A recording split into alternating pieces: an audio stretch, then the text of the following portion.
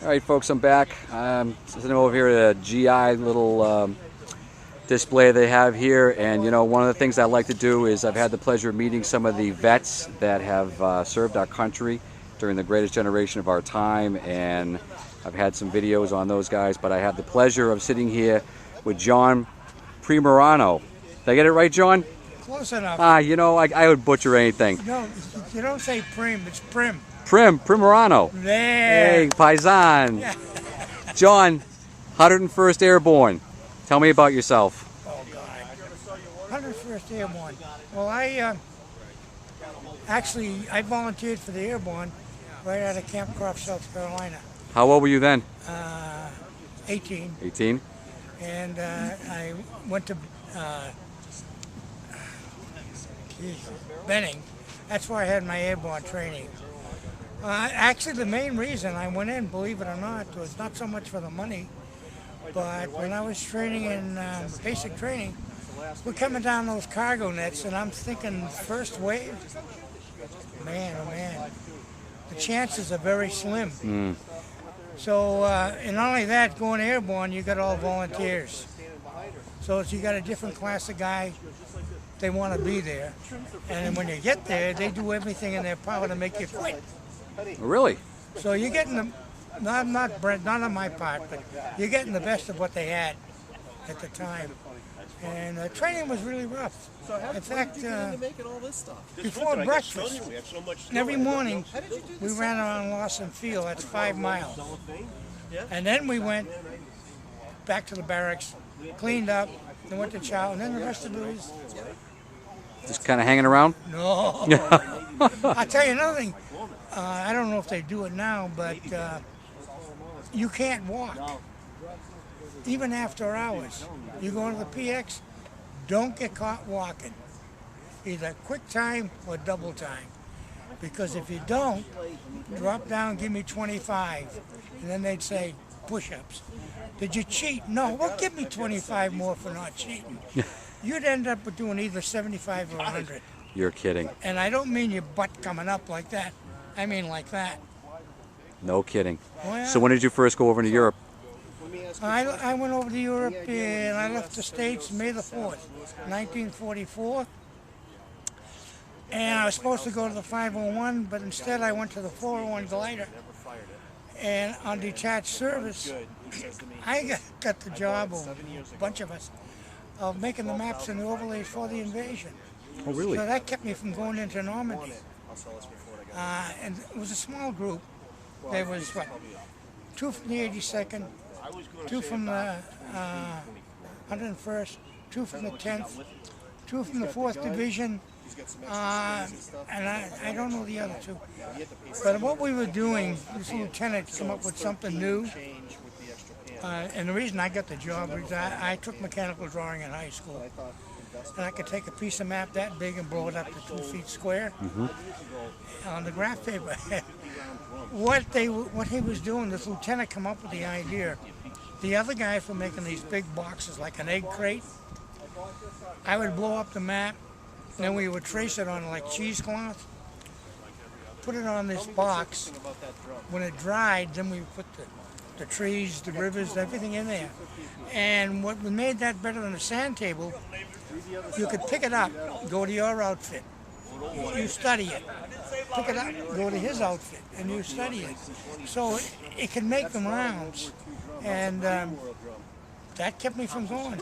You talk about duty, no KP, no guard duty. We stood formal retreat every evening and off for the night. Not a bad job. Not a bad and that job. was from May the 14th when I got there until first 2 weeks in August. And then I went to my outfit. And I joined the outfit the last 2 weeks in August, and I didn't know a damn soul when I got on the plane to jump. And that was the 501. 501. The bastard group.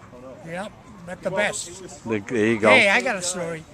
You know how they say in Bastogne, Easy Company, Yep. 506, made first contact? 501, 1st Battalion, because I laid wire that night, right after midnight. I laid wire to the 1st Battalion. It was A Company that made first contact with the Krauts. And we only got there a couple of hours before they hit. Oh, really? I wasn't the first one, but I was one of the first ones in the Bastogne because I was on the advanced detail and I had all the communication equipment. And you know, guys were going with no helmets, no rifles, no overcoats, no overshoes. And you say, why? Because when you come off the line, we were only off the line from Holland for 2 weeks when we went back in. And when you come off the line, you get all your equipment goes back to get refitted, new clothes and all that. But when the call came, you got to go. Guys were in pass. They had to get, the MPs were going up and bringing them back. Some were in Paris, some were in England. Wow. So actually, when the division went into Bastogne, we weren't at full strength. How many men in the division? What do you think? About 10,000. Yeah. Roughly. What would be full strength? No, we never were. What would be full strength? What would be the number? Well, I'd say a little over, maybe 10 or 11, but the division was never full strength. Yeah. After Normandy. Where'd you go after Bastogne? Alsace-Lorraine. And then we stayed in. I didn't. I was in there on the line till the end of the war, and didn't have enough points. So I was an army of occupation up in Austria. I didn't care. I was only a kid. But look at this deal. We're up in Berchtesgaden, and then we go out, and 101st is here, 4th Division's here, and we're in the middle of boosting station because they couldn't carry. There's 13 of us in this little village of Mittersill, which is a big ski resort now. And it was tough. Oh, really? But we were living in a chalet on the side of the mountain. We only had to maintain wire 1 mile in either direction, hunting, fishing, horseback riding, and we didn't have any vehicles. We were running wire with a horse and buggy. Oh, you're kidding. No, I'm not. Wow. That's And I amazing. can prove all this because I took pictures. Did you? See, I took pictures. Again, you're not supposed to take pictures. I got pictures of the resupply of Bastogne. I got pictures down Alsace-Lorraine, on leave. And I was actually, I lucked out in a lot of things. Even though you're on the line, they will pull names out of the hat. I was in Brussels the day the Germans quit, May the 6th. They stopped shooting. I was in Brussels. Well, it was a five-day, pass. But you know what? Our outfit was great.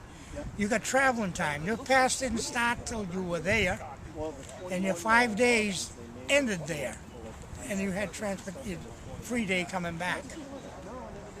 Wow. It was a good outfit. Yeah. Well, listen, John, I appreciate you taking the time and talking with me today, and I absolutely appreciate your service to our country. I'm sure we all do. Thank you very much, and I appreciate your time. You know what? What is sad, really? We didn't get our memorial till the Korea got it, Vietnam got it. We didn't get it till most of the guys are gone. You ever been there? No. Oh, No. it's awesome. It really is. But that's the sad part. I got one funny one. So I tell these guys all that. You're not 21, you can't drink. You're not 21, you can't smoke. The biggest thing, you're not 21, you can't vote. But at 18, you can get your head blown off. Mm-hmm. And that's the part that we resented. The drinking and all that, the hell, we didn't mind. But not voting actually really hurt. It did. I mean, we're out there, and we can't vote. And I'll tell you another thing about voting. My kids, when the age was dropped down, and they said, well, I don't, you're dragging your butt, you're going down if I have to pull you back here to vote. I mean, that's something that we're not taking seriously. I never miss an election. If I'm not around, absentee ballot. Yep. Because a lot of people have died over the years, for hundreds of years, so we could vote. So the message you're telling me today is anyone that's 18 years old plus one, get their ass out and vote for this country. Damn right. And if they, you know, why we're in such a trouble? You're making me sick, you know that. Nobody wants to get out, and we're stupid. Keep putting the same. I don't want to say it. Yeah, well, shitheads back in.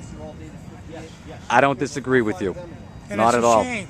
And you're right. They need to get out and vote. That's definitely a great You message. know who makes the best citizens now? People that come in here legally from other countries. They make the best patriots Because they appreciate the freedom you're this damn country right. offers.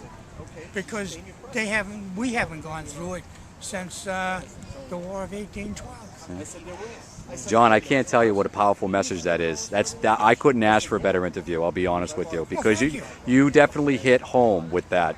You definitely did, and the country needs to understand that. We've got a freedom here, and it's our duty to vote for the leaders of our country, because it wasn't always there until you were, 21 years old. Now, you know what's funny? The country that really appreciates us more than anybody else is Holland. Yep. I've been over there, and I've been going over to Holland. First time was in '86, and I haven't up until now. I only missed 3 years. Last year we were up in Montreal for the 65th anniversary of the liberation of Holland, because the Canadian troops, the Black Watch, the Holland representatives were there. Some of the vets were there from World War II, the Black Watch vets, and you were all right. They absolutely, to this day, remember and honor us for liberating them. They have. Now, here's another thing, because I brag about the 501. We're the only regiment that's got a regimental crest in a village. Really? All the others, it's the 101st. The little village of Verdi. And a man made it to all mosaic. It took him a whole year. Really? And this is what you got. That right there. Wow. Awesome. Now, you know, recently, when they got this, they got him finally, and they used the code name Geronimo, and they were all upset about it. They're stupid. Geronimo was admired from both sides, and when my outfit started, Colonel Johnson, we had the Thunderbird, Yep. and he didn't think that was a fighter. He had them design this patch. And we're the only ones from World War II that can wear it. And the other guys want to wear it. But Geronimo was a fighter. He was. And and they're making a big beef about it. And it's been, this is so much of this goddamn crap. Politically perfect, whatever they want to call it. And they must hate us because that's what the regiment was. Yep. Geronimo. Yep. Absolutely. Well, We John. call him our patron saint. I got a card at home that was all printed out because he was a fighter. Yep, he was. Well, John, I'm going to cut you short. I hate to do this, but the battery's going to be running dead on this thing. I didn't change it, but listen, I do appreciate your service to our country. I appreciate your words. Absolutely. Thank you very much for your time. So when I get to,